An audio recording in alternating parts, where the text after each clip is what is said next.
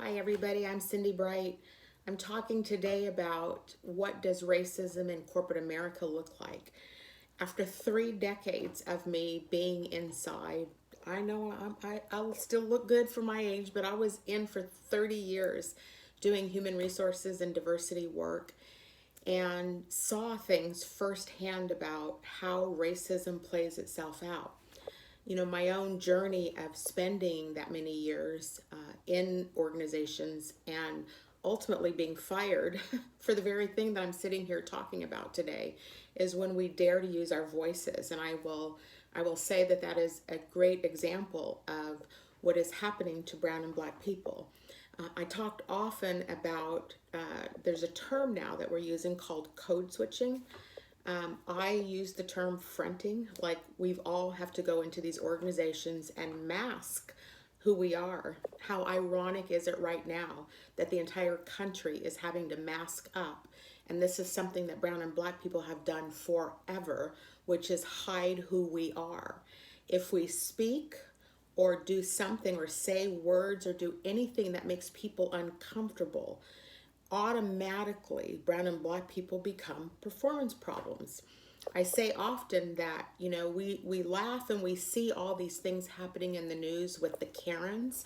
There's that famous video going around where the black people are marching, and Kevin and Karen are out with their guns, like flinging their guns. Where there's a gun in corporate America, and that gun is called the performance management process. And what is happening is that process has been tailored and is manipulating brown and black people out the door. And what is behind it is that we either have to please you, which is massa mentality. We either have to submit down to you and bow down, slave master mentality. That is rampant in corporate America. And let me just also say, as controversial as this may be to say this, we're in the middle of an election right now, and we're seeing an increase in numbers of white women that are supporting racism. These women are the women that hold management jobs.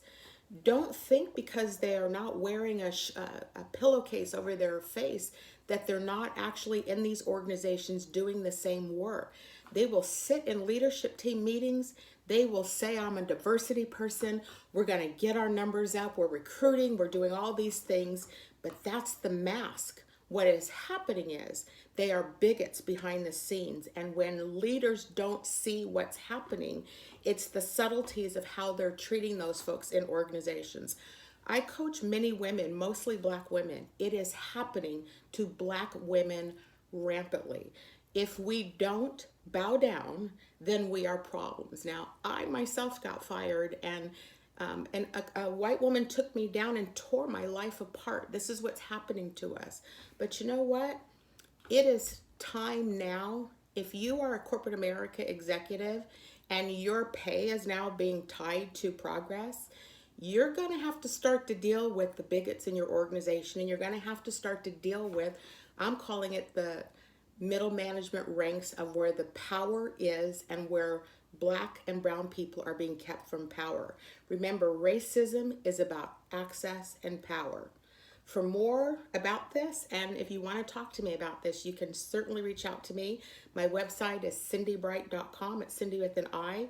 You can also reach me at cindy@cindybright.com. I look forward to continuing this conversation with you.